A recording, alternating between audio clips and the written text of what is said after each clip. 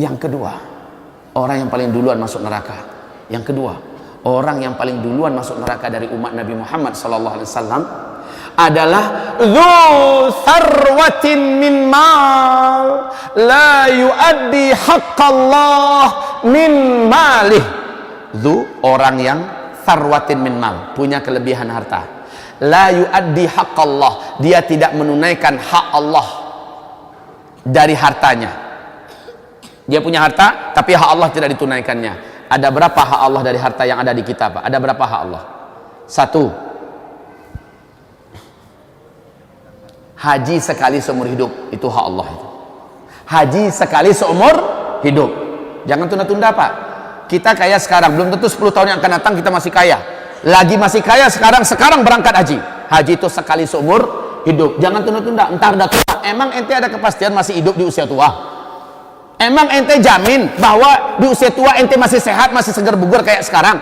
Emang ente ada jaminan bahwa di usia tua ente masih kaya?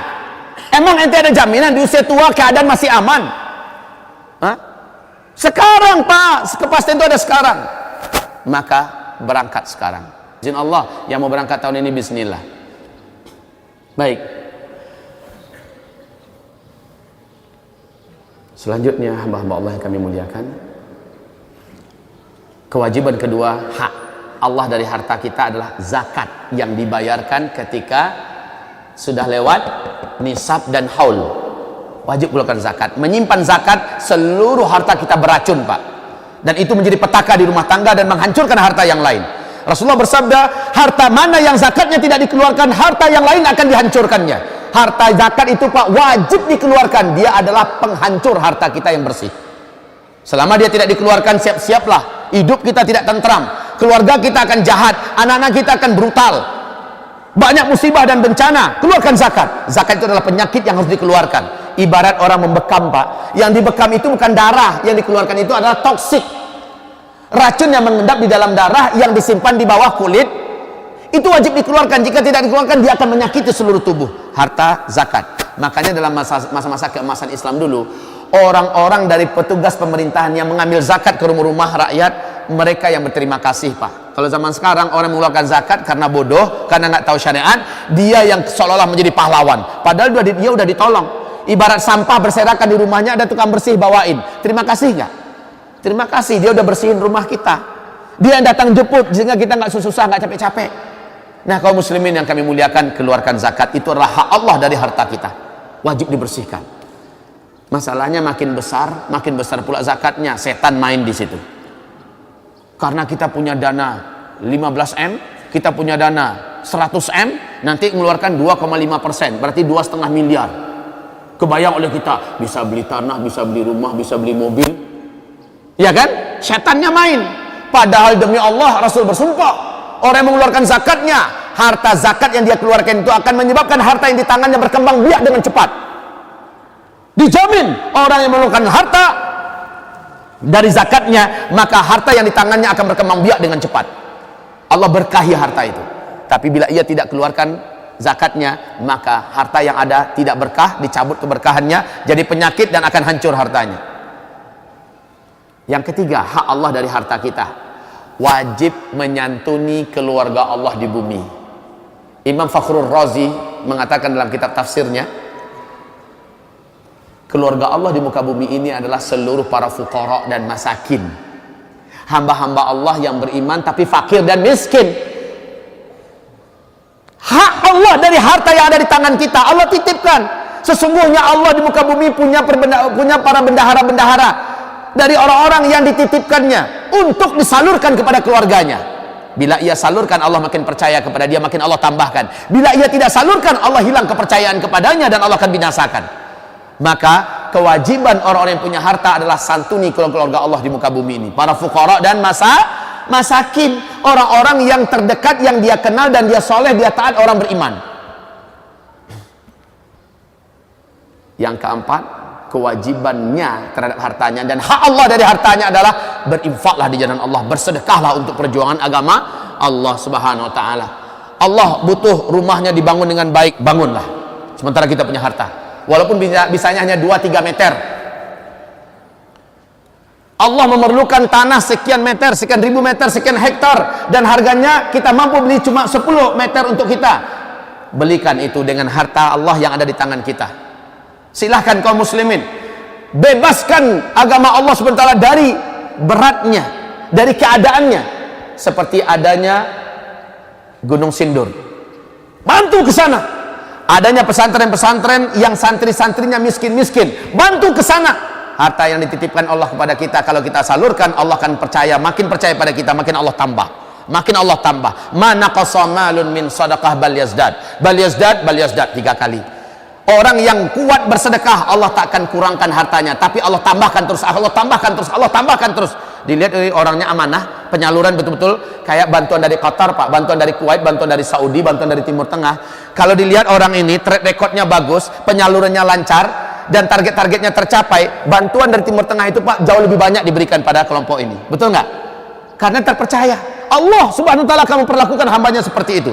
Kalau kita terpercaya, kuat bersedekah, kuat berinfak, apalagi untuk agamanya, Allah akan makin percaya dengan orang ini.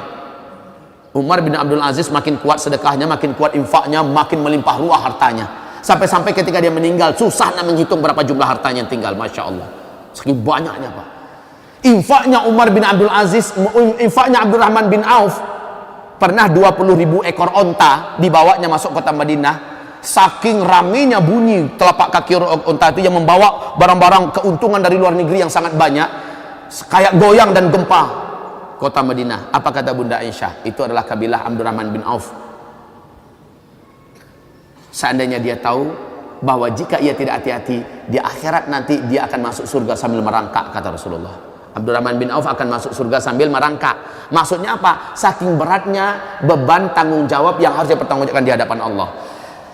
Setelah hadis itu disampaikan orang kepada Abdurrahman bin Auf, Abdurrahman bin Auf baru aja nyampe di kota Madinah. Dia ketakutan. Apa katanya? Demi Allah, semua pendapatan ini, semua keuntungan dengan onta-ontanya, dengan apa yang dibawa seluruhnya untuk agama Allah, saya wakafkan seluruhnya. Masya Allah, Pak. Seluruhnya kalau dihitung itu tuh, kalau dihitung, Pak, sudah di atas ratusan miliar. Kalikan saja, Pak, 20.000 ekor onta. Satu ekor onta yang standar, yang bagus, yang bisa dibawa jalan jauh itu, Pak, 25 sampai 30 juta satu ekor. Sekarang kalikan 20.000, berapa duitnya tuh? Hah? 100 miliar.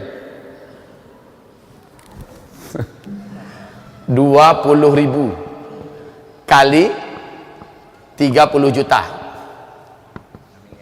Hah? 6, tambahkan aja nolnya semua. Ini 4 tuh, 2, 3, 4. Masya Allah. Hah? Udah betul? Tambah lagi 0, 1 lagi. Betul nggak nih?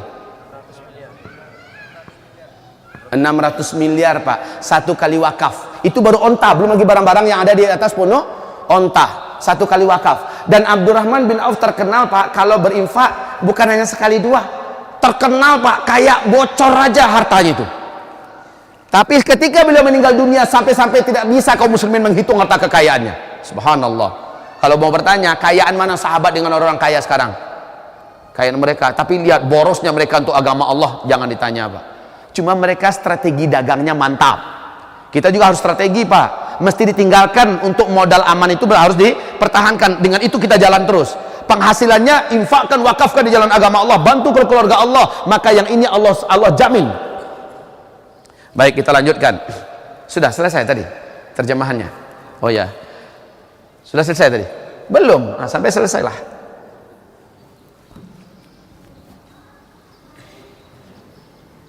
Oh, sebentar. Itu udah lewat. Kajian kita tadi lewat. Terjemahnya aja belum selesai ya. Kita udah masuk ke pembahasan 3 kelompok orang dari umat Nabi yang duluan masuk neraka. Sekarang udah yang kedua. Ya, udah yang kedua. Jadi yang punya duit jangan bakhil, Pak. Allah bersumpah, Allah berjanji, yang bakhil dengan harta yang ada di tangannya, sayutawwaquna ma bakhilu yaumal qiyamah. Semua yang mereka bakhilkan di dunia nanti akan dililitkan di leher mereka berbentuk cemati dari api yang terbuat dari api. Diseret dia dengan cemati itu ke dalam neraka. Bagi para bukhala, orang-orang yang bakhil dulu di dunia, punya duit untuk bangun rumahnya nggak ngitung dia. Berapa harga rumah? Biasa 12 M. 15 M.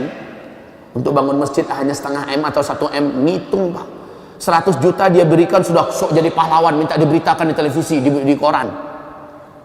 Orang bakhil.